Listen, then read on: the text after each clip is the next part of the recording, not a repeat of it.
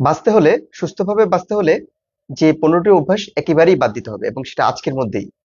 1 number হলো কম ঘুমানো বা অতিরিক্ত ঘুমানো।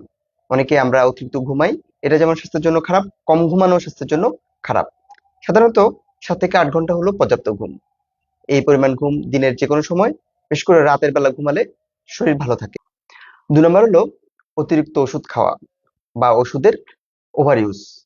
আপনাকে যেভাবে ডাক্তার পরামর্শ দিচ্ছে ঠিক সেভাবে আপনাকে ওষুধ খেতে হবে, নিজের মতো মনের মতো করে নয়। 3 নম্বর হলো ব্যায়াম স্কিপ করা। প্রতিদিন একটা রুটিন অনুসারে ব্যায়াম করতে হবে, সেটা সকালে হোক, সেটা বিকালে হোক। সকালে 1 ঘন্টা আপনি যদি ঊর্ধ্বশ্বাসে হাঁটেন, আপনার স্বাস্থ্য কিন্তু সবসময় ভালো থাকবে। 4 নম্বর হলো হেলদি খাবার দাবার। হেলদি খাবারের কোনো আসলে বিকল্প নেই।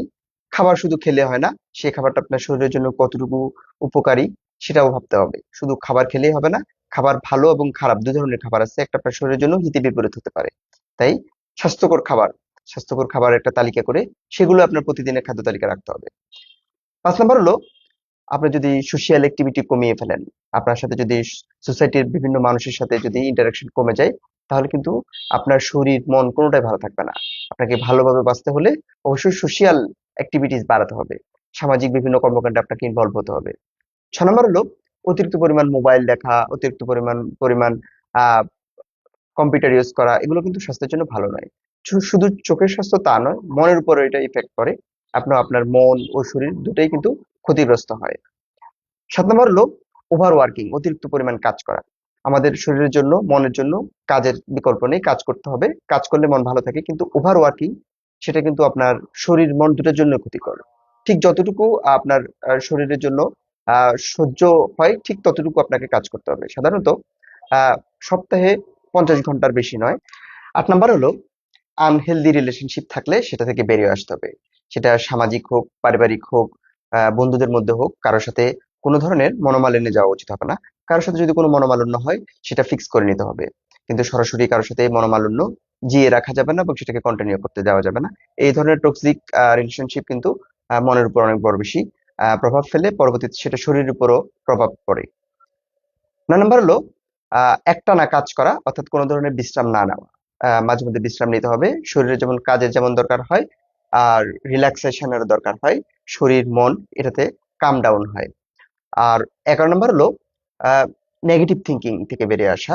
যত ধরনের নেগেটিভ থিঙ্কিং আছে, নেগেটিভ থিঙ্কিং কিন্তু আমাদের শুধু যে মনের উপর ইফেক্ট পড়ে তা না, নেগেটিভ থিঙ্কিং এর কারণে কিন্তু আমাদের কার্ডিওভাস্কুলার হেলথের উপরও বড় ধরনের ইফেক্ট পড়তে পারে।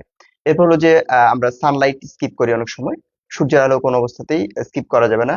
মাঝে মধ্যে রোদে যেতে হবে, এটাতে আপনার ডোপামিন রিলিজ বুস্ট আপ হবে। সেই সাথে হলো যে আপনার মুড ভালো হবে, শরীর ভালো থাকবে, ভিটামিন ডি উৎপন্ন হবে শরীরে, কোনো ধরনের ডেফিসিয়েন্সি থাকবে না ভিটামিন ডি এর। এরপর হলো যে আহ অনেকক্ষণ ধরে বসে থাকা, লং টাইম সিটিং, এটাও কিন্তু স্বাস্থ্যের জন্য ভালো নয়। এই ভালো থাকার জন্য এই অভ্যাসটিও বাদ দিতে হবে। লং টাইম সিটিং এর কারণে কিন্তু আমাদের শরীরে বিভিন্ন ধরনের মেটাবলিক অ্যাক্টিভিটি, তারপর হলো যে বিভিন্ন ধরনের কার্যক্রম, এগুলো কিন্তু ব্যাহত হয় এবং এগুলো খুব একটা ভালো কাজ করে না শরীরের যে নর্মাল অ্যাক্টিভিটি। এরপর হলো আপনি আর্ন করার আগেই খরচ করতে শুরু করা। আপনি যতটুকু আর্ন করেন তার চাইতে বেশি যদি আপনি স্পেন্ড করেন, বেশি খরচ করেন, তাহলে কিন্তু সেটা আপনাকে ভালো থাকতে দিবে না। আপনার মন এবং আপনার ফিনান্সিয়াল হেলথ কোনোটাই ভালো থাকবে না। ফলে আপনি সবসময় উদ্বিগ্ন থাকবেন এবং আপনি একটা মানসিক চাপের মধ্যে থাকবেন, যেটা আপনার স্বাস্থ্যের ক্ষতি হতে পারে এবং আপনি ওভারঅল ভালো থাকতে পারবেন না। এরপর হলো যে বসার ধরন বা ঘুমানোর ধরন, এই শরীরের যে অঙ্গভঙ্গি, এটাও কিন্তু আপনার ভালো থাকার পিছনে একটা অন্যতম প্রধান কারণ। কারণ আপনি যদি একটা ব্যাড পোশ্চারে বসেন, তাহলে কিন্তু আপনার ব্যাক পেইন হতে পারে। শোয়ার উপর অনেক কিছু ডিপেন্ড করে। তাই পোশ্চার, অর্থাৎ কিভাবে আপনি আপনার শরীরের অঙ্গ প্রত্যঙ্গগুলো কিভাবে কোন পোশ্চারে থাকবে, সেটাও কিন্তু ইম্পর্টেন্ট ভালো থাকার জন্য। আর সর্বশেষ যেটি আহ সবচেয়ে বেশি গুরুত্বপূর্ণ, সেটা হলো যে আমরা অনেকে মনে করি লাইফ যেমন চলতেছে তেমনই চলবে, অর্থাৎ আমরা একটা অটো পাইলটের হাতে আমাদের লাইফটাকে তুলে দিই, সেটা করা যাবে না। লাইফকে অবশ্যই কন্ট্রোল করতে হবে, তাহলে কিন্তু আপনার জীবন সুশৃঙ্খল হবে। অটো পাইলট আপনার জীবনকে যেদিকে ইচ্ছে সেদিকে নিয়ে যেতে পারে।